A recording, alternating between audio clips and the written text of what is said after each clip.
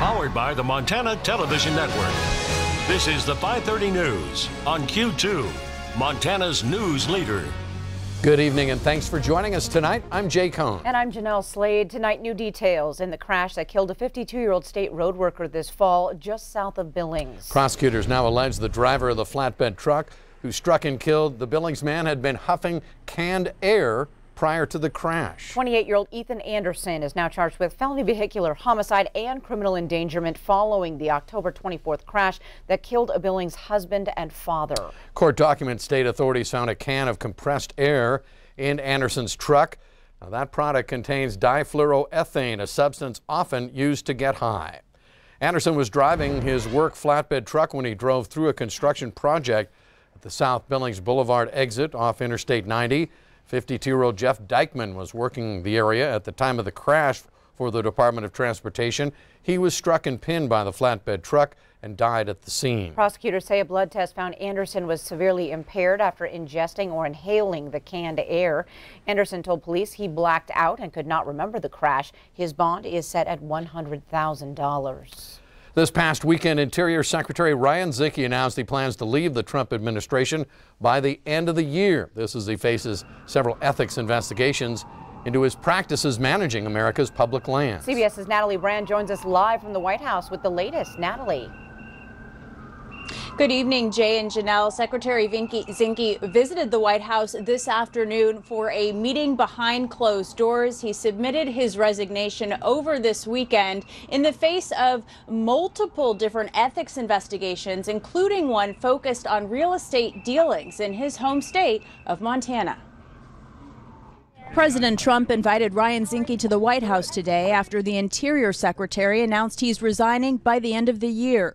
The president tweeted, "Ryan has accomplished much during his tenure, and I want to thank him for his service to our nation." I, Ryan Zinke, do solemnly swear. Secretary Zinke's time in office has not been without controversy. The Department of Justice is looking into whether a land deal Zinke struck with Halliburton in his hometown of Whitefish, Montana, is a conflict of interest. And a small two-person energy company from Whitefish landed a $300 million no-bid federal contract to repair utility lines in Puerto Rico following the devastation of Hurricane Maria. Zinke has denied he played any role in that decision. Secretary Zinke will be leaving as Democrats prepare to take control of the U.S. House, and they had been preparing to launch investigations into his actions. Zinke says he has done nothing wrong, but says it will be better for the president to move on without him. He tweeted, "I cannot justify spending thousands of dollars defending myself and my family against false allegations." President Trump says he will name a new Interior Secretary nominee by the end of this week. Whomever the president chooses, he or she is likely to continue to follow Zinke's policies of rolling back environmental protections in order to boost coal, oil, and natural gas production on federal lands. And the Deputy Interior Secretary, a former attorney and oil lobbyist, is expected to take over in the interim. Whoever is eventually appointed to the position, that individual will have to face a full Senate confirmation. Jay, Janelle? CBS's Natalie Brand live from the White House tonight. Thank you. Thank you, Natalie. Q2, by the way, did reach out to Secretary Zinke's office in Washington today for further comment, but so far, no response. In other news tonight, a big reveal in store tonight at the Billings City Council meeting. Yeah, there's plenty of buzz surrounding the One Big Sky development project. Tonight, we expect to learn more about what the project might look like if the vision becomes reality. The city and its strategy partners hired the Hammes Company, a commercial developer out of Wisconsin, to help spearhead the project. The goal is to strengthen the Billings economy well into the future, playing off its strengths of healthcare and tourism. Tonight, the City Council and the public will find out what that vision would entail. City Council members won't be voting this evening. That's not expected until after the first of the year. We'll show you what's in the plans tonight at 10 on Q2. A challenge against the Magic City's new smoking ban now snuffed out by District Judge Gregory Todd. The county ban prohibits smoking and vaping within 20 feet of entryways, doors, windows, or vents of public buildings. The Yellowstone Tavern Association went to court in an effort to stop the new ban, claiming it was unconstitutional and was not based on scientific, peer-reviewed findings. But Judge Todd ruled the case did not involve a constitutional right and he determined the ordinance was designed to enhance public safety. The Tavern Association says it is considering a possible appeal of Judge Todd's ruling.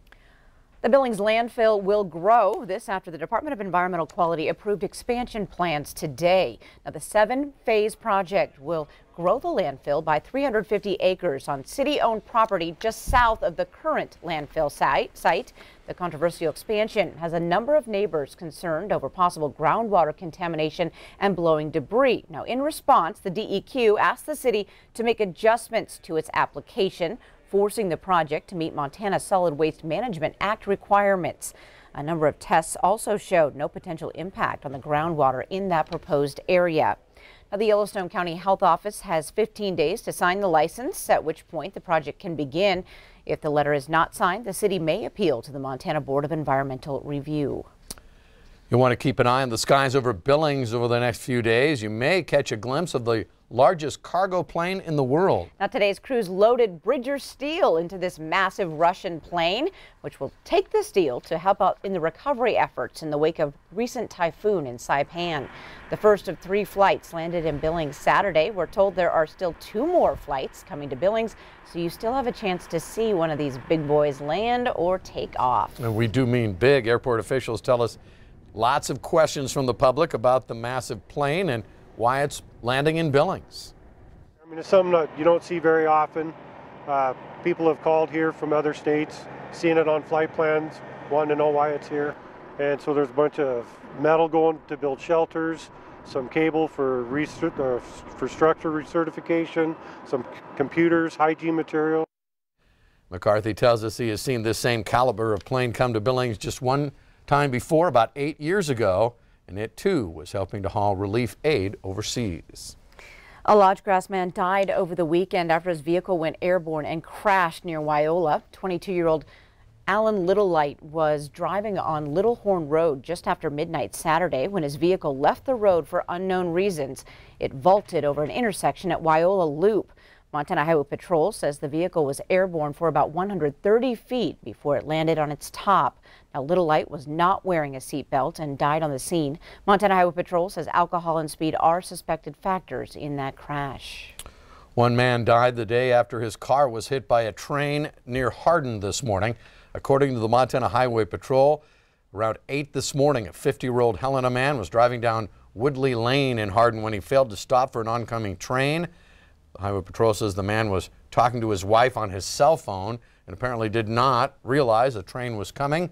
The train barreled into the driver's side of the man's vehicle. The victim was rushed to the Hardin Hospital, then flown here to Billings by help flight, where he died later this afternoon. The man's name has not yet been released. Coming up on tonight's 5:30 News, the lights just get brighter, the displays even bigger, but tonight it's time to shine the light on the holidays of the years past. Looking forward to seeing that video. And later in sports tonight, a brand new edition of Game Changers on deck. See if your team made it into the top 5. And coming up in weather, several big storms are lined up in the Pacific Ocean. What will it mean for you? We'll have the answers coming up in just a few more minutes. You're watching MTN News with Jay Cohn and Janelle Slade. Storm Tracker weather with Bob McGuire. And sports with Scott Green. This is the 5:30 News on Q2, Montana's news leader.